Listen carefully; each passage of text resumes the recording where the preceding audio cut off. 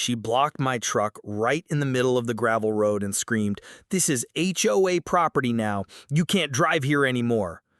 I laughed under my breath because the road she was standing on had been in my family's name for 150 years.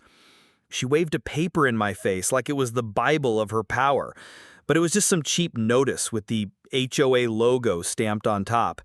"Starting today, this road belongs to us," she barked, snapping her fingers at two men in suits behind her. They started marking the dirt with orange spray paint, as if carving up my land would make it theirs. I asked her, calm but sharp, "Did you even check the county records before pulling this stunt?" She smirked and said, "I don't need to. Around here." That night, the whole neighborhood could hear the heavy chains rattling in the dark. I worked in silence, headlights off, the hum of my tractor echoing down the valley. One by one, every shiny HOA car that had been parked along my road got hooked, dragged, and vanished into the tree line. BMWs, Teslas, even Karen's brand new Lexus, gone without a trace. By sunrise, the road was clean, like nothing had ever been there. When she stormed out of her house the next morning, hair in rollers, screaming, "Where's my car?" her voice cracked the still air like a siren. The other board members rushed out too, panicked and wide-eyed. "Did somebody steal all of them?" one gasped. She spun around and jabbed her finger at me across the fence. You did this!" I leaned against my old truck, sipping coffee, letting her words hang in the air. "Funny thing," I said, slow and steady, "you can't lose what you never owned." She shook with rage, waving her fake notice again, but the men who stood behind her yesterday now looked nervous, whispering to each other. The sheriff's cruiser rolled up faster than I expected, gravel crunching under his tires. Karen ran to him like she'd just been rescued from a fire. "Sheriff, thank God! Arrest this man! He stole every single car off our HOA road!" She pointed at me like she was casting a curse. The sheriff stepped out, calm and steady, and tipped his hat in my direction. "Mornin', son," he said, before turning to Karen. "Now, what's all this noise about?" She shoved the fake notice into his chest. "This road is HOA property. He can't touch a thing here. He broke the law." The sheriff didn't even glance at the paper. He just sighed and said, "Karen, this road doesn't belong to your HOA. It belongs to his family. Been that way since 1872. Her mouth opened and closed like she'd swallowed a bug. What? No, that can't be right." I stepped forward and pulled a folded deed from my jacket. The old parchment was stamped, sealed. That same afternoon, I found fresh signs hammered into the fence line. HOA parking zone. Unauthorized vehicles will be towed. Karen wasn't bluffing. She was doubling down.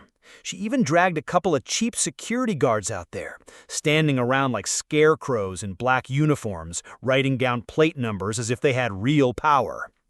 I walked right past them with my toolbox, not even breaking stride. One guard puffed up his chest and said, "Sir, you can't pass this point. This is HOA property now." I didn't even bother looking at him. "Son, I've been walking this road since before you were born. Step aside." He hesitated, but Karen popped out of her SUV, her face red and smug. "Thought you were clever, hiding our cars in the woods," she sneered. "Well, we've got more coming, and this time you won't touch 'em. We'll block your land until you cave." I set my toolbox down, opened it slowly, and pulled out a thick binder instead of tools. I flipped it open and showed them the aerial maps, county approvals, and the ironclad deed. "This isn't just land, Karen. Every inch of this road is in my name, including the space under your shiny new HOA parking signs." The guards looked at each other, clearly uncomfortable, but Karen laughed loud like a hyena. "Think you papers scare me?" That evening, the HOA board gathered in their clubhouse like they were plotting a war. Through the big glass windows, I could see Karen at the head of the table, slamming her hand down and barking orders.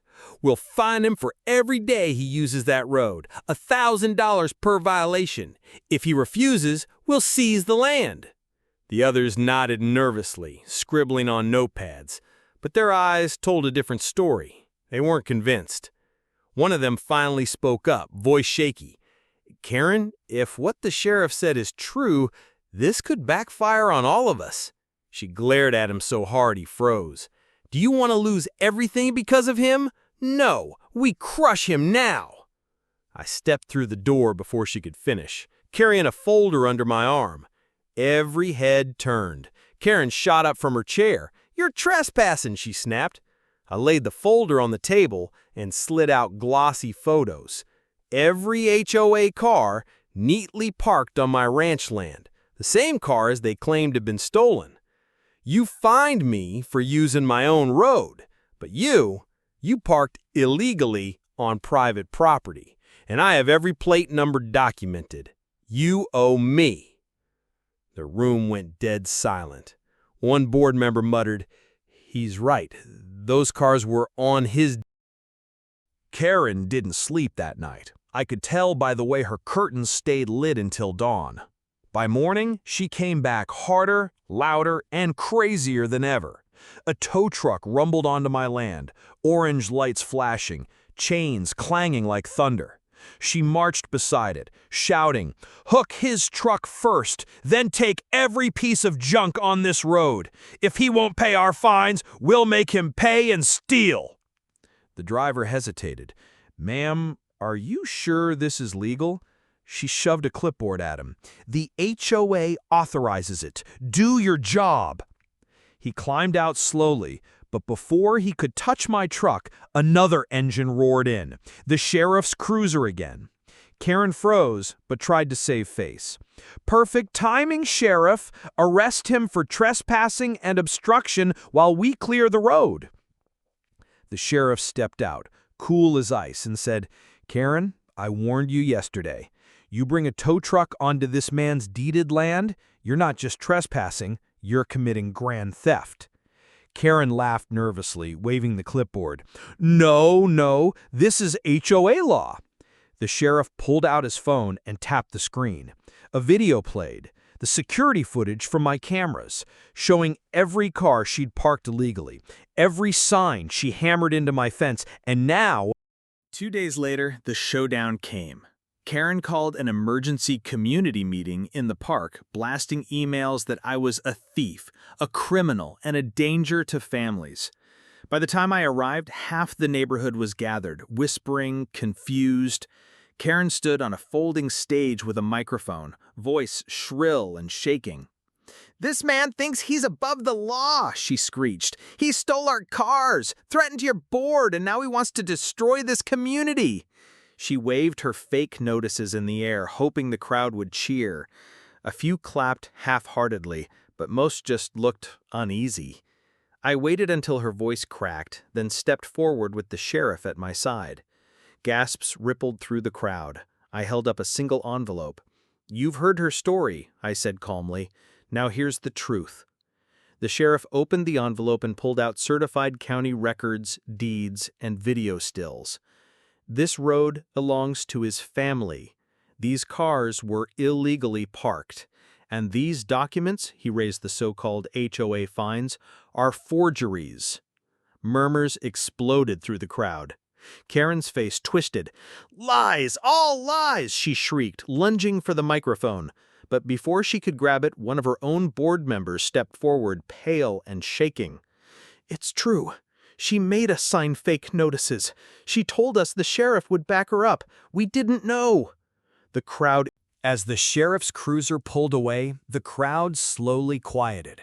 Neighbors who'd never even spoken to me before walked over, shaking my hand, some even apologizing for ever believing Karen's lies.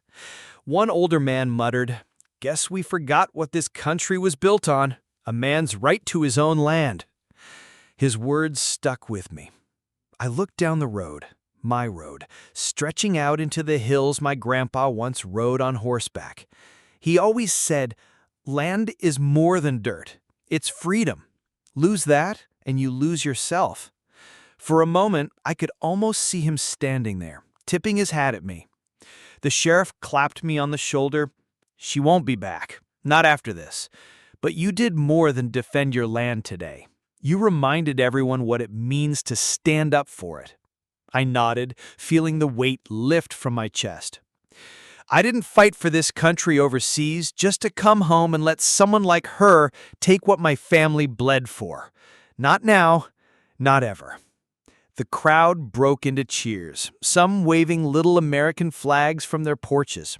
For the first time in years, the neighborhood felt united, not under Karen's rules, but under something stronger: respect.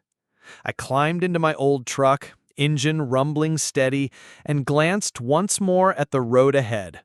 My road, my family's promise, my freedom. And I whispered to myself, they thought they could bury me, but all they did